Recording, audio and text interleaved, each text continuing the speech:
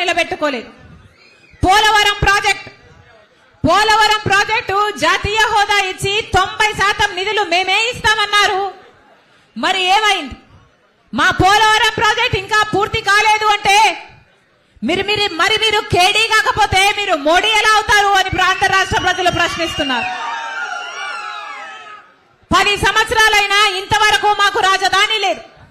చంద్రబాబు గారేమో అమరావతి రాజధాని అని, సింగపూర్ చేస్తానని 3D గ్రాఫిక్స్ సినిమాలు చూపించాడు.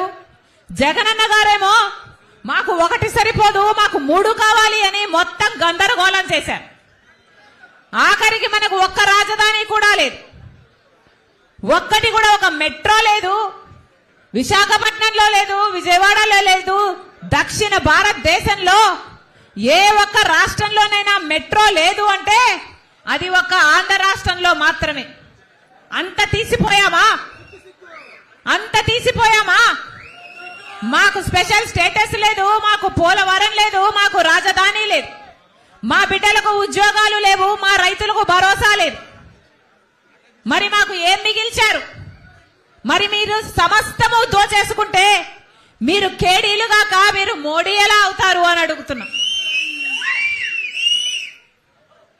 మన రాష్ట్రానికి ఇంత అన్యాయం చేసినా కూడా, మోడీ గారు మన రాష్ట్రానికి ఇంత అన్యాయం చేసినా కూడా, వెన్నుపోటు కాదు కదా మన కడుపులో పొడిచినా కూడా, ఇప్పుడున్న అధికారంలో ఉన్న వైసీపీ పార్టీ అయినా, ప్రతిపక్షంలో ఉన్న టీడీపీ పార్టీ అయినా మొత్తం మోడీకే ఊడిగలు చేస్తున్నారు, వారికే బానిసలయ్యారు. ఎందుకు అని అడుగుతున్నాం. ఇటు జగనన్న గారైనా అటు చంద్రబాబు గారైనా ప్రజలకు సమాధానం చెప్పాల్సిన అవసరం లేదా అని అడుగుతున్నాం. మోడీ మనకు ఏం చేశాడని మీరు బానిసలయ్యారు? మోడీ మనకు ప్రత్యేక హోదా ఇస్తే బీజేపీ పార్టీతో మీరు దోస్తీ చేయండి, ప్రజలు కూడా హర్షిస్తారు. మనకు పోలవరం ప్రాజెక్టు బీజేపీ పార్టీ ఇచ్చుంటే మీరు అదే బీజేపీ పార్టీకి బానిసలు కాండి, మాకు అభ్యంతరం లేదు. మనకు ఒక రాజధాని ఇచ్చున్నా, మనకు రైల్వే జోన్లు వచ్చున్నా, ఉత్తరాంధ్రకి రాయలసీమకు స్పెషల్ జోన్లుగా స్పెషల్ ప్యాకేజీలు మీరు ప్రకటించున్నా, మీరు ఏ ఒక్క మేలు చేసినా మోడీ గారికి మీరు భజన చేయండి, మీరు బానిసలు కాండి, ఆంధ్ర రాష్ట్ర ప్రజలు కూడా ఏమి అని. ఒక్కటంటే ఒక్క మేలు చేసిందా బీజేపీ పార్టీ? ఒక్క రకంగా కూడా బీజేపీ పార్టీ మేలు చేయకపోతే మరి ఇటు జగనన్న గారైనా అటు చంద్రబాబు గారైనా ఎందుకు బీజేపీకి బానిసలుగా మారారో ఆంధ్ర రాష్ట్ర ప్రజలకు సమాధానం చెప్పాలి. మీరు బానిసలు కాకుండా, మీరు బానిసలైతే సరిపోదన్నట్టు ఆంధ్ర రాష్ట్ర ప్రజలను మొత్తము బానిసలను చేయాలని చూస్తున్నారే, ఇది అమానుషం కాదా అని అడుగుతున్నా. ఇది దేశంలో ఎక్కడా జరగలేదు. బీజేపీ పార్టీ ఒక్క ఎమ్మెల్యేని గెలుచుకోకుండా, ఒక ఎంపీని గెలుచుకోకుండా ఆంధ్ర రాష్ట్ర ప్రజలు రాజ్యం ఏలుతున్నది ఎవరు? BJP party. ఈ బీజేపీ పార్టీకి ఈ 2 పార్టీలు బానిసలయ్యాయి కాబట్టే ఈ రోజు ఆంధ్ర రాష్ట్రం బీజేపీ వశమైపోయింది, బీజేపీ కైవశమైపోయింది. వీళ్లకు ఏమీ చెయ్యకపోయినా సచ్చినట్టు మాకే ఊడిగలు చేస్తారు అని బీజేపీ పార్టీ అనుకుంటుంది కాబట్టే ఈ రోజు మనకు ఒక్కటంటే ఒక్క మేలు కూడా చేయలేదు బీజేపీ పార్టీ. మరి ఇలా బీజేపీ పార్టీకి బానిసలుగా అయిన వాళ్ళ కోసం ప్రజలు ఎందుకు నిలబడాలి? వాళ్లకు ఎందుకు ఓట్లేయాలో ప్రజలు ఆలోచన చేసుకోవాలి. హంద్రీనివా ప్రాజెక్టు రాయలసీమకు రత్నాల సీమగా మార్చే ప్రాజెక్టు, రాయలసీమను సస్యశ్యామలం చేసే ప్రాజెక్టు. హంద్రీనివా ప్రాజెక్టు 6,50,000 ఎకరాలకు నీళ్లిచ్చే ప్రాజెక్టు, 33 లక్షల మంది ప్రజలకు తాగునీరిచ్చే ప్రాజెక్టు. రాజశేఖర రెడ్డి గారి హయాంలోనే హంద్రీనివా ప్రాజెక్టు కోసం 4,000 నాయకుడు రాజశేఖర రెడ్డి గారు. 90% పనులు రాజశేఖర రెడ్డి గారే పూర్తి చేస్తే ఆ తర్వాత చంద్రబాబు గారు 5 సంవత్సరాలు ముఖ్యమంత్రి అయితే 10% పనులు పూర్తి చేయడం చేత కాలేదు చంద్రబాబు గారు. ఆ రోజు ప్రతిపక్ష నాయకుడిగా ఉన్న జగనన్న గారు 10% పనులు కూడా మీకు పూర్తి చేయడం చేత కాలేదా అని ఎద్దేవా చేశాడు. కానీ జగనన్న గారు ముఖ్యమంత్రి అయిన తర్వాత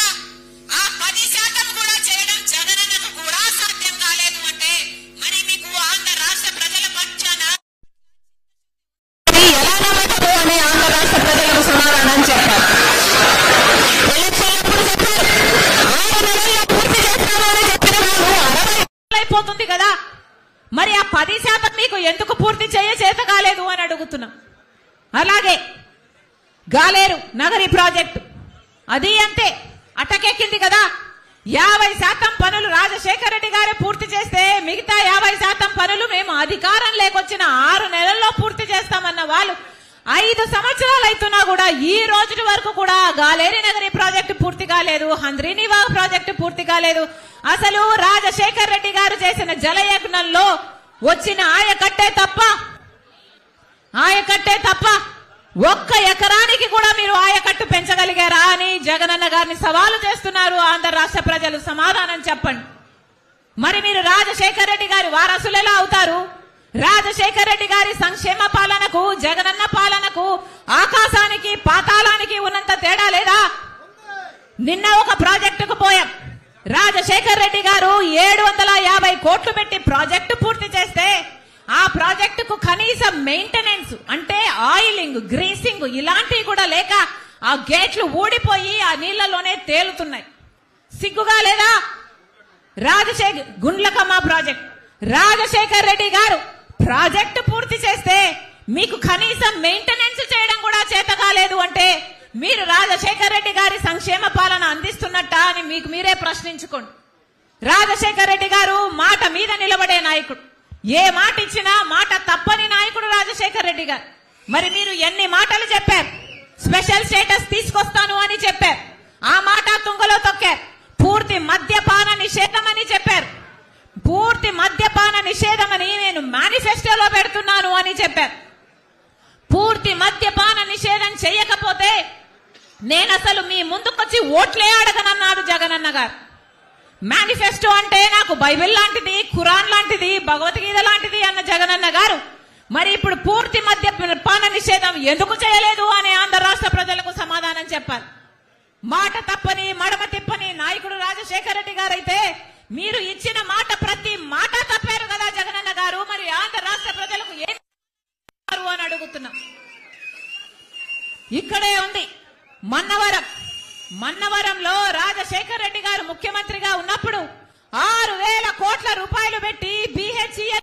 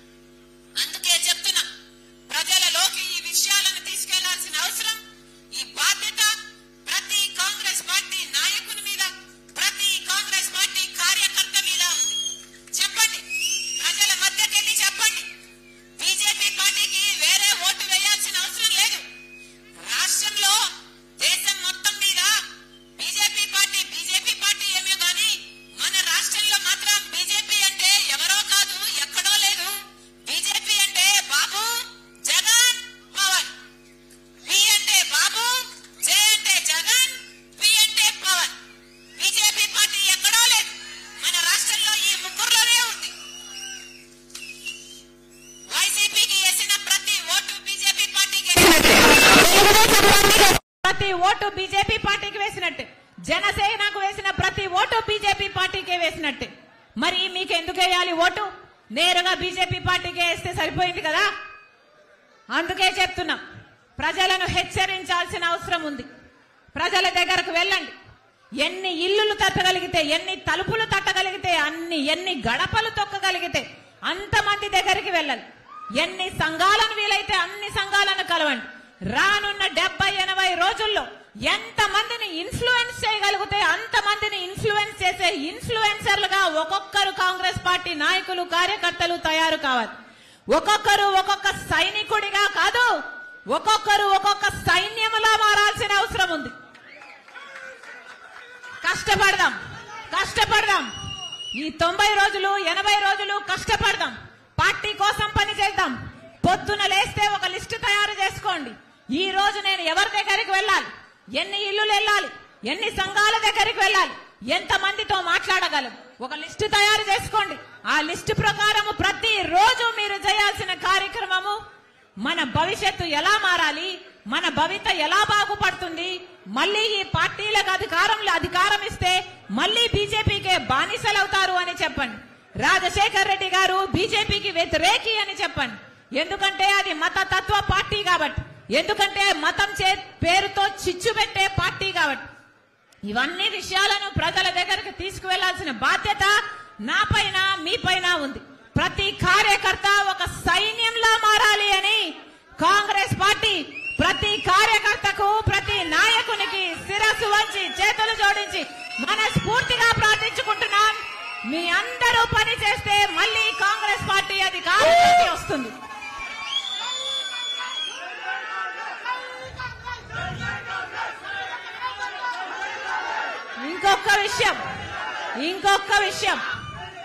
ఇంకొక విషయం ఒకప్పుడు వైసీపీ పార్టీని నా భుజాన వేసుకుని పాదయాత్ర చేశాను. వైసీపీ పార్టీని నా పాదయాత్రతో నా ఇంటిని నా బిడ్డల్ని పక్కన పెట్టి 3200 కిలోమీటర్లు పాదయాత్ర చేసి ఆ పార్టీని నిలబెట్టాను. వైసీపీ పార్టీకి ఏ అవసరం వచ్చినా నేను అండగా నిలబడ్డాను. ఆ పార్టీని అధికారంలోకి తెచ్చాను. ఈ రోజు కనీస కృతజ్ఞత లేకుండా ఈ రోజు నా మీద, నా వ్యక్తిగత జీవితం మీద, నా పేరు మీద నానా రకాలుగా నా మీద దాడి చేస్తున్నారు. అయినా చెప్తున్నాం, భయపడేది కాదు రాజశేఖర్ రెడ్డి బిడ్డ. పులి కడుపున పులే పుడుతుంది. నా ఒంట్లో ప్రవహిస్తున్నది రాజశేఖర్ రెడ్డి రక్తం. వైఎస్ షర్మిలా రెడ్డి ఇక్కడ. నా గుండెలో నిజాయితీ ఉంది.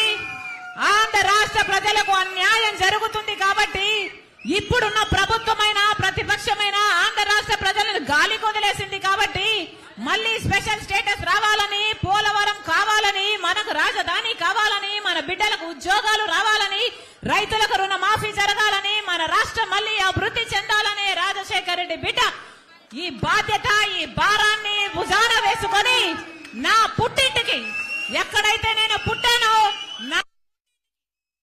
రాజశేఖర్ రెడ్డి బిడ్డ తన పుట్టింటికి వచ్చి ఇక్కడ రాజకీయాలు చేస్తుంది తప్ప రాజశేఖర్ రెడ్డి బిడ్డ మరి ఏమిటో కాదు, రాజశేఖర్ రెడ్డి రక్తం అని మీరు గుర్తుపెట్టుకోవాలి. నా మీద ఎన్ని దాడులు చేసినా పర్వాలేదు, ఎన్ని అటాక్స్ చేసినా పర్వాలేదు, నన్ను ఎంత కించపరిచినా పర్వాలేదు, రాష్ట్ర ప్రజలకు న్యాయం జరగాలి. ఎంత త్యాగానికైనా, ఏ పోరాటానికైనా నేను సిద్ధం. మీరు రెడీయా? నేను రెడీ. మీరు రెడీయా? నేను రెడీ. మీరు రెడీయా?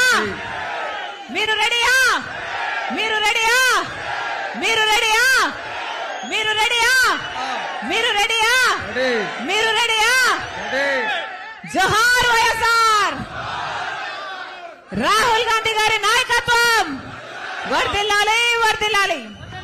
షేర్ చేయండి. మా లేటెస్ట్ అప్డేట్స్ కోసం పక్కనే ఉన్న బెల్ ఐకాన్ ని క్లిక్ చేయండి.